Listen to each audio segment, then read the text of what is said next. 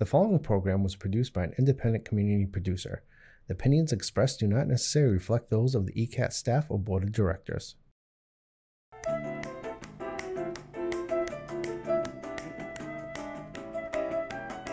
Good afternoon, everyone, and welcome to Topic Time with Harrison Young.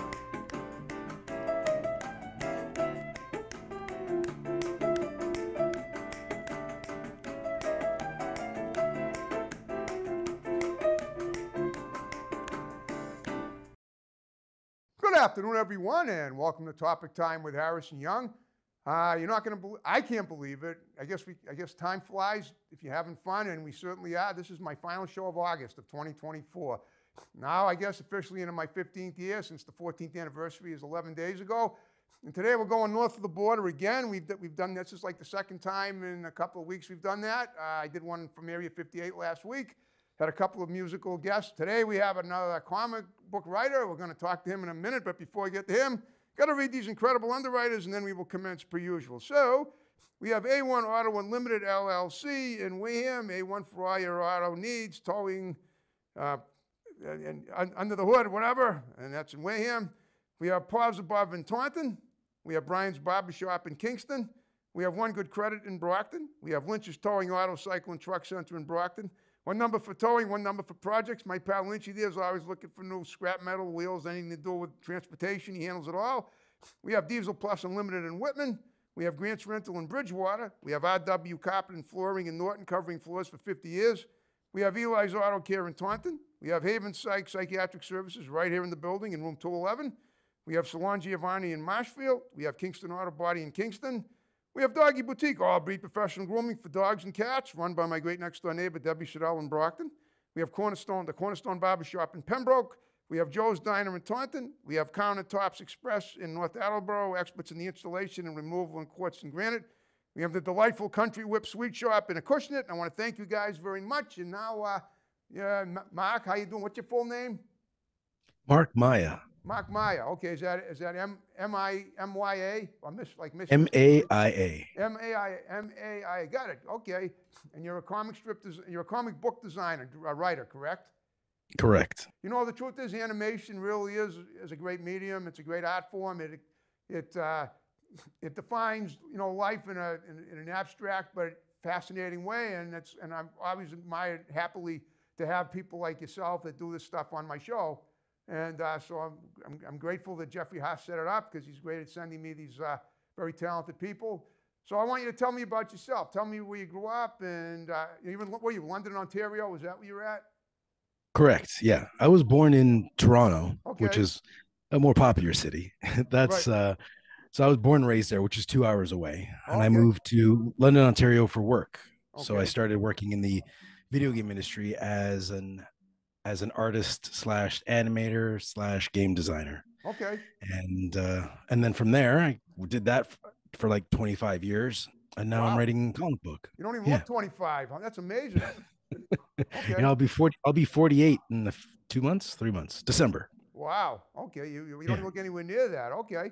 All right. Now tell me about that job now you worked there for 25 years, you said? Yeah. Well, I've worked 25 years across 3 studios in London, Ontario. Okay. So now what did you design for? The TV? No, video games. What was it? So video games. I was a video game designer. Video games. Gotcha. Okay. Yeah. You have to bear with me. The audio is okay, but sometimes it's you hear this little flat sound across the screen, and it makes it. I have to ask you to repeat yourself. But if we do, just bear with me, and we'll be fine. Okay. So tell me about the video games you designed.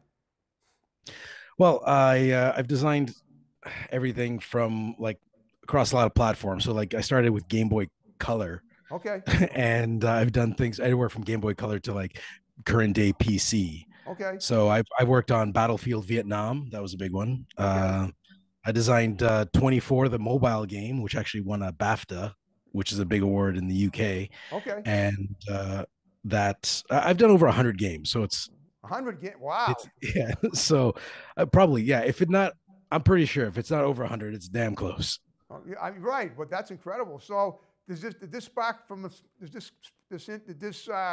ability to create video games come from a spark in your childhood of wanting to play video games and then be in them and design them? Is that, I assume it went way back, right, or not? Yeah, well, the story is basically artists are like born artists, right? So if you're an artist, that's something you always did, and that's how I started. I was always an artist, and I Okay. got into art school, and then somebody offered me a job. I actually never even applied. Somebody said they needed an animator, and I went to school with them, and they knew I was a decent animator, so I got a call one day, and they just offered me a job, and they said, "How'd you like to move to London? We've got work for you." Oh, you moved to London? Oh, London, Ontario. I'm thinking London, London, Ontario, England. in London, Right. Ontario. Okay. No, no. Okay. Wow. And so I mean, before you even did that, how did you show that you had the ability to be hired at such an incredible, institution? Well, that's the thing is a lot of getting jobs, even in like comics. It's who you know. Okay. So getting jobs in the video game industry is definitely a lot easier if you know people. Same for like the comic book industry, same for the board game industry. These are all industries that I work in. And the more people you know, the easier it is. I've actually never gotten a job I've applied for, but once I got offered a job and I started working with people, all the jobs I've had since then have been just people that called me to ask me to work for them. Okay. Well, all right. Now, what you just said is that when you're in this industry, it's better to know people. But if you don't have talent, it's not gonna matter squat. So It's true. That's okay. true. Yeah, you need the talent. So like go like as an artist, I can speak from an artist. There's a lot of programmers in the industry, but I can tell you as an artist, going to art school helps. Okay. Where did you go? It's not good.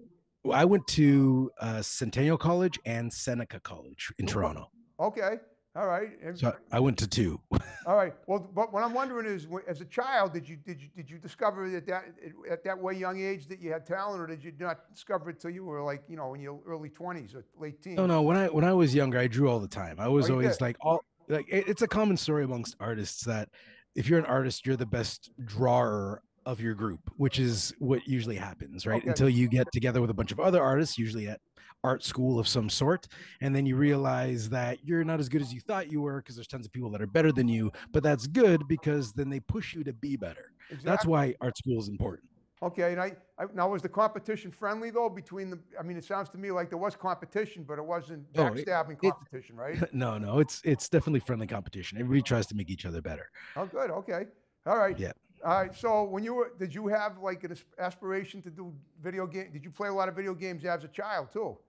Yeah, I definitely played a lot of video games as a child, and I started reading comics when I was like 13. Okay. So, but I played video games before that. So I started with the NES and the Sega Master System. Actually, before that, Atari. So, and whatever I could find at the arcade. So I play with those. Okay. Remember PacMan from 1982?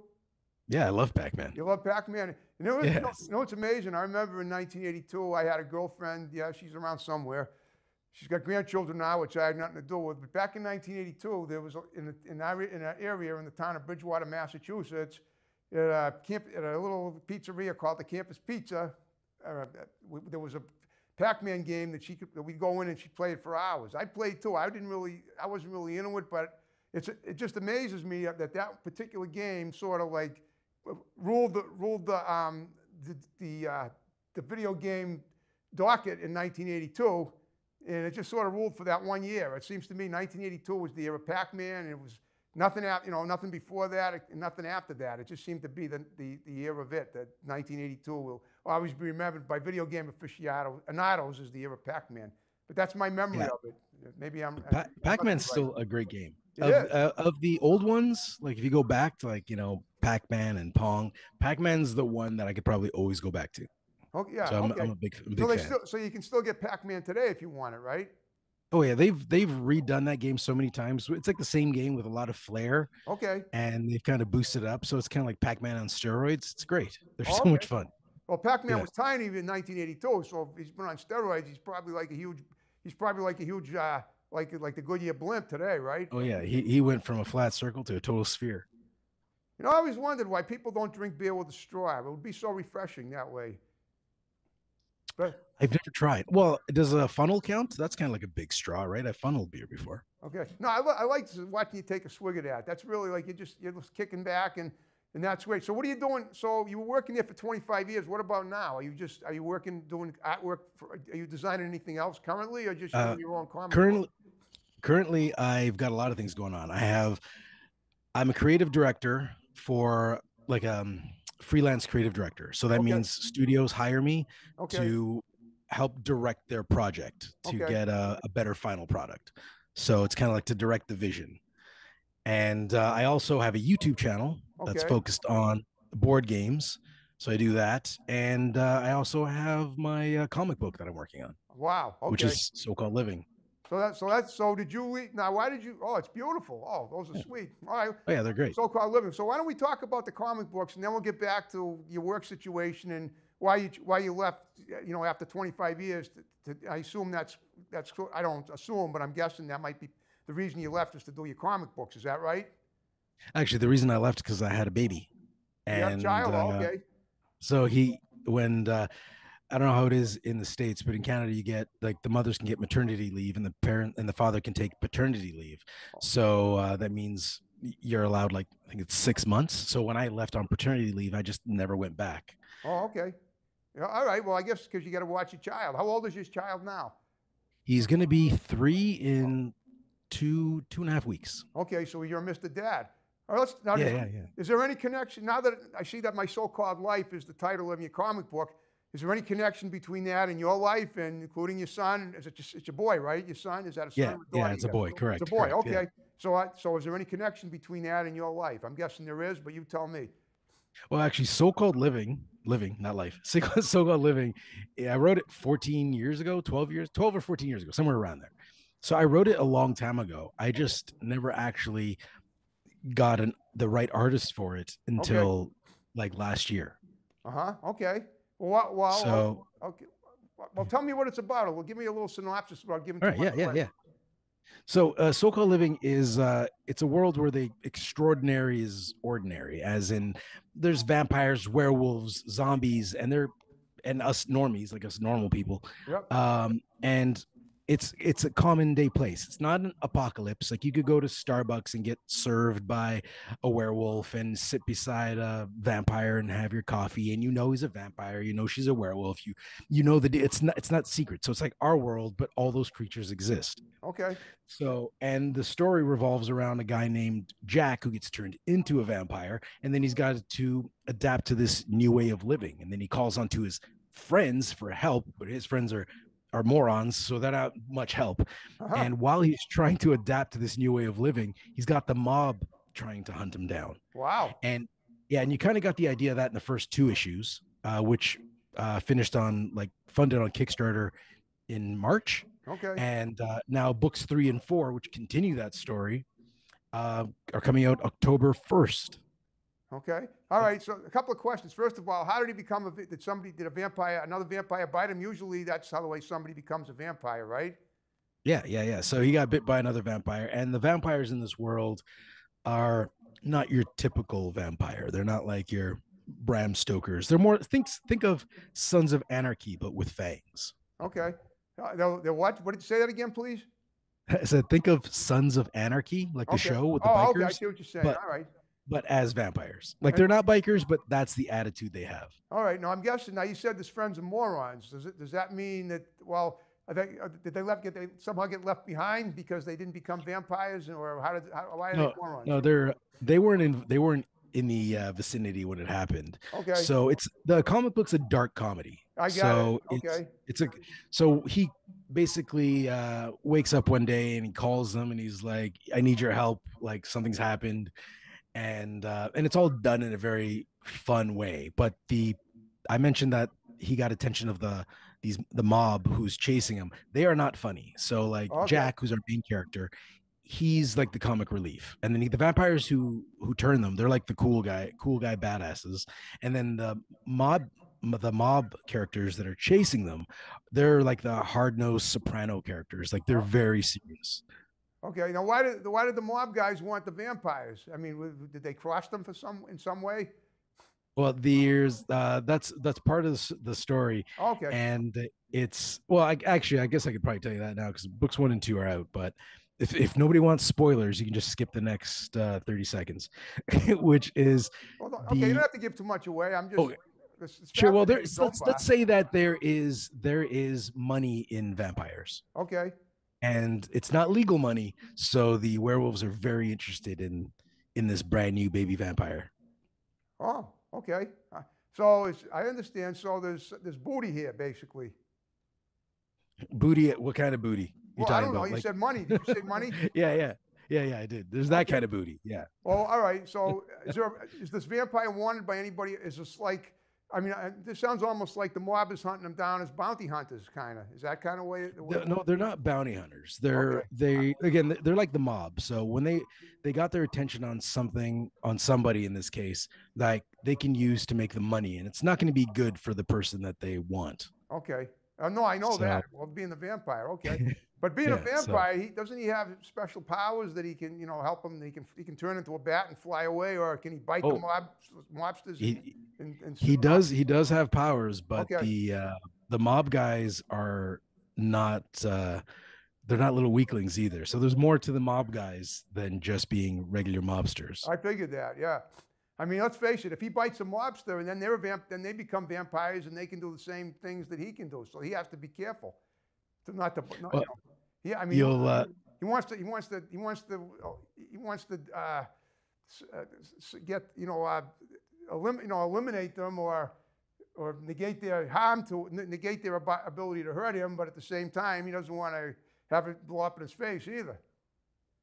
To do something yeah, you'll like notice as the counterproductive. story evolves, like once you start getting into like later, like the first two issues you won't see that, but in the Okay. later issues you'll start seeing that turning the mobsters into vampires won't be an option, but you'll see why Okay. that is. Now tell me about this new artist that you're using. We went over the first few minutes of the show talking about what great art talent you had, but now you're saying that you're using a different artist for your book than yourself. Is that right? And if so, why? Correct. Yeah. Well, it's because I'm not a sequential artist, which is the art style that's used for comic books. It's yeah. like storyboarding, right? And that's not really what I that's not my strong suit. So I I know where my weaknesses are, and I also don't have. If I had to draw it, I don't have the time. It would never get done. So I found Marco Leone, Okay. who is he's in Italy.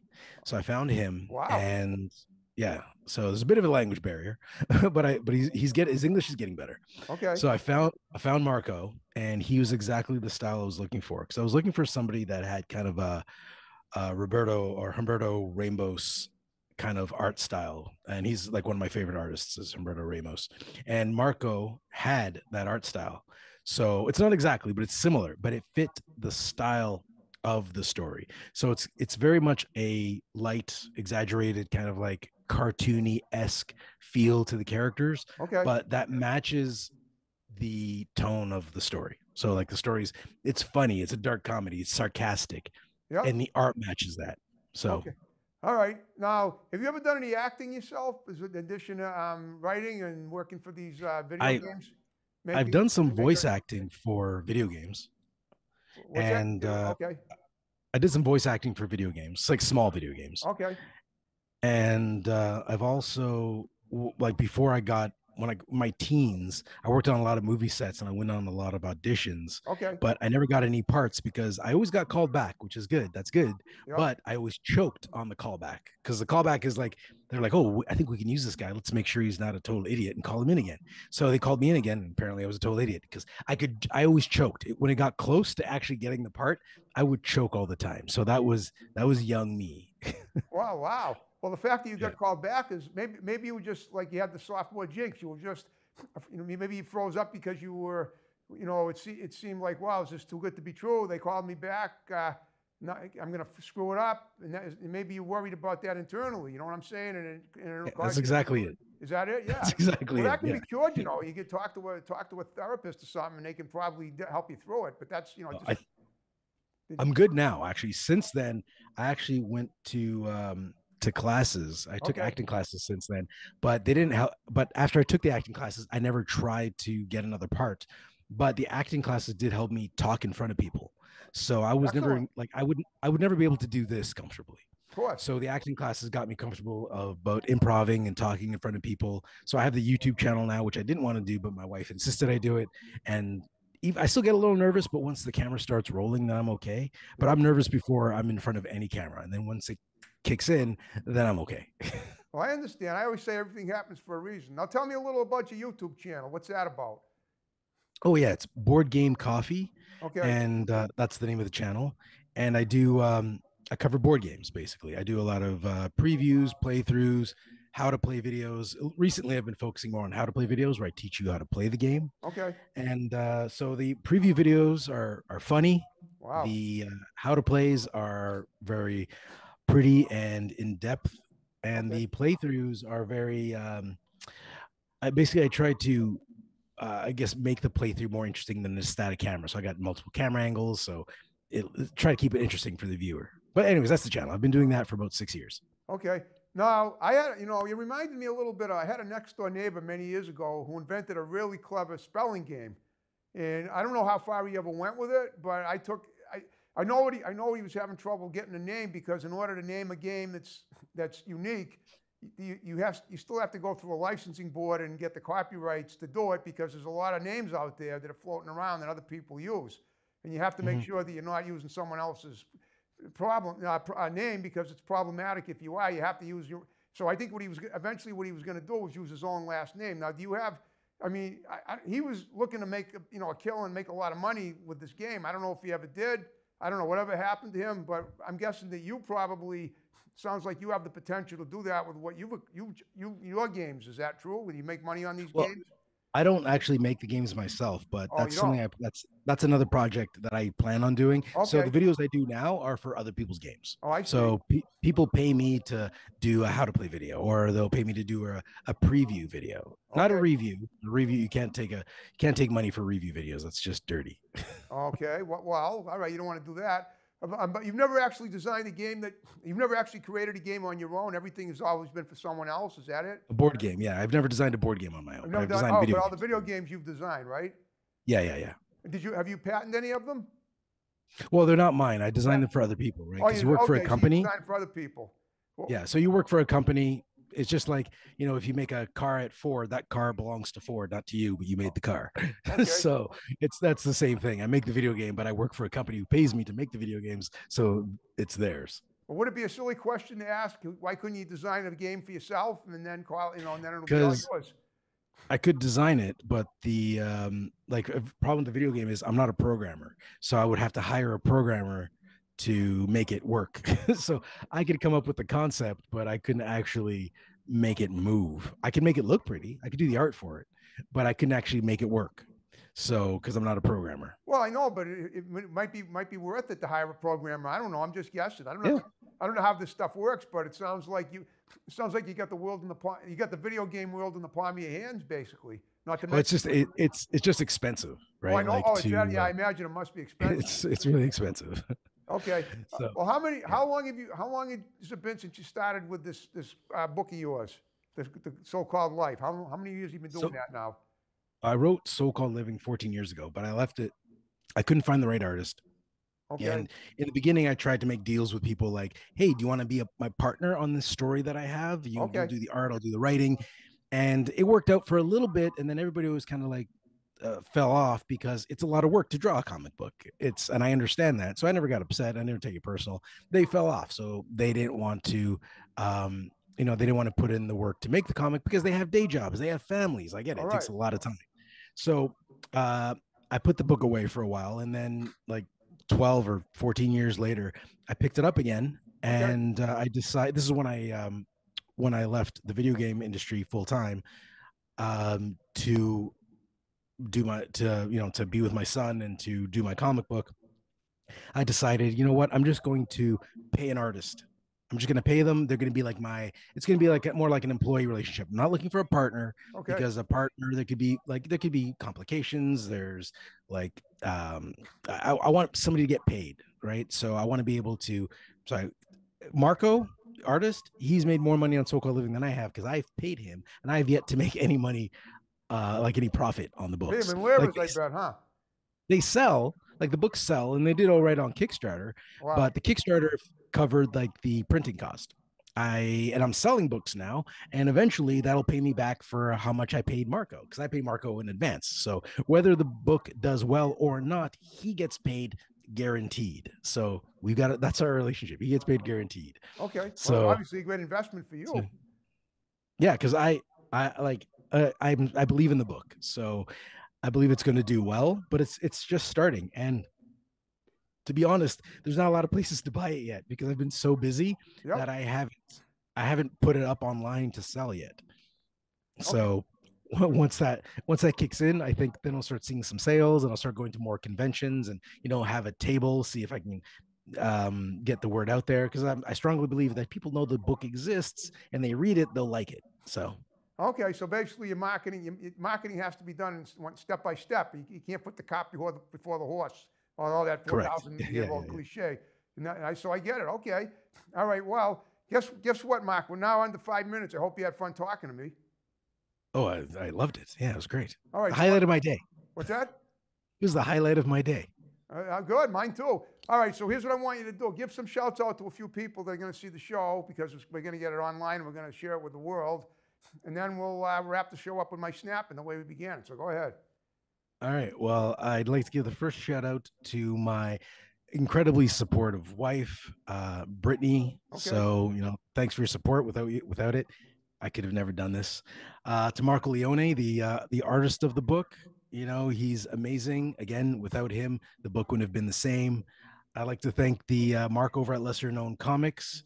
That's a group of great guys that I've been able to talk to during this process of making the book, and to anybody really, that's all my friends that have supported me through the creation of this project. Oh, so you have more than one Marco when you're Mark, is that it? Yeah, I'm Mark, and then Marco's the artist. Yeah. Oh no, but did you mention two people named Marco, or just the artist? Oh yeah, there is. Yeah, so there's technically my name is Marco. I just go by Mark. Your name could be Marco. So there's three. There's Mark me. Gotcha. There's Mark me. There's Marco the artist, and there's Mark for Lesser. Right? Yeah. So and Mark from Lesser Known Comics. He's not involved with this comic, but he's got a group of like indie comics creators that get together. He's got his website, Lesser Known Comics, where he distributes indie comics. But I like just getting into the group and talking with them and being part of them. Like, they're great guys. And like if anybody's listening to this and they want to get into indie comics and they don't know where to start, I'd reach out to Mark at Lesser Known Comics. Okay. He's really helped me out. He was a great source of like a wealth of information. He's super helpful. Probably one of the nicest guys you'll meet. He's always willing to help.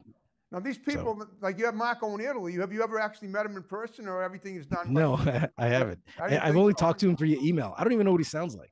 Right. Okay. It sounds like a chipmunk. Because he's in Italian and you're right. Yeah. Okay. All right. Is there anything coming up on the horizon that you want to mention that you might have overlooked? I always check with the guests to make sure that they didn't miss out. Other than So-Called Living is going to launch on Kickstarter October 1st. Okay. With for issues 3 and 4, and there's going to be 4 variant covers, so 6 covers in total. Awesome. Okay. All right. Well, you did a great job. If you know anybody that might be a great guest for my show, just refer them to Jeffrey or contact me. I'll give you my digits. Now, you on Facebook? I am on Facebook. All right. What I'm thinking is when we're done with the show, my tech guy, if you're okay with it, we'll take a picture of us. I'll be standing in front of the big screen, and then I'll connect with you on Facebook, and I can tag you in it. Are you okay with that?